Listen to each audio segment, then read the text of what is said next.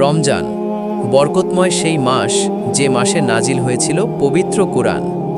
আল্লাহ তাআলা এই মাসকে করেছেন রহমত, মাগফিরাত আর নাজাতের মাস। প্রিয় নবী হজরত মুহাম্মদ সাল্লাল্লাহু আলাইহি ওয়াসাল্লাম বলেছেন, যে ব্যক্তি ঈমান ও সওয়াবের আশায় রমজানের রোজা রাখে তার পূর্বের গুনাহ মাফ করে দেওয়া হয়।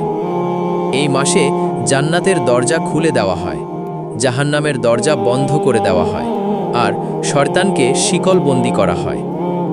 রমজানের প্রতিটি সিয়াম শুধু ক্ষুধা তৃষ্ণা সহ্য করা নয়, বরং আত্মাকে পরিশুদ্ধ করার এক মহান প্রশিক্ষণ। এই মাসেই রয়েছে লাইলাতুল কদর, হাজার মাসের চেয়েও উত্তম এক রাত। একটি রাতের ইবাদত যেন ৮৩ বছরের ইবাদতের সমান। তাই আসুন এই রমজানকে শুধু একটি মাস না ভেবে জীবনের পরিবর্তনের সুযোগ হিসেবে নেই। বেশি বেশি তওবা করি, কুরআন তেলাওয়াত করি, দান সদকা করি।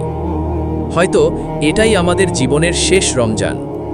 আসুন আল্লাহের সন্তুষ্টি অর্জনের জন্য নিজেকে বদলে ফেলি।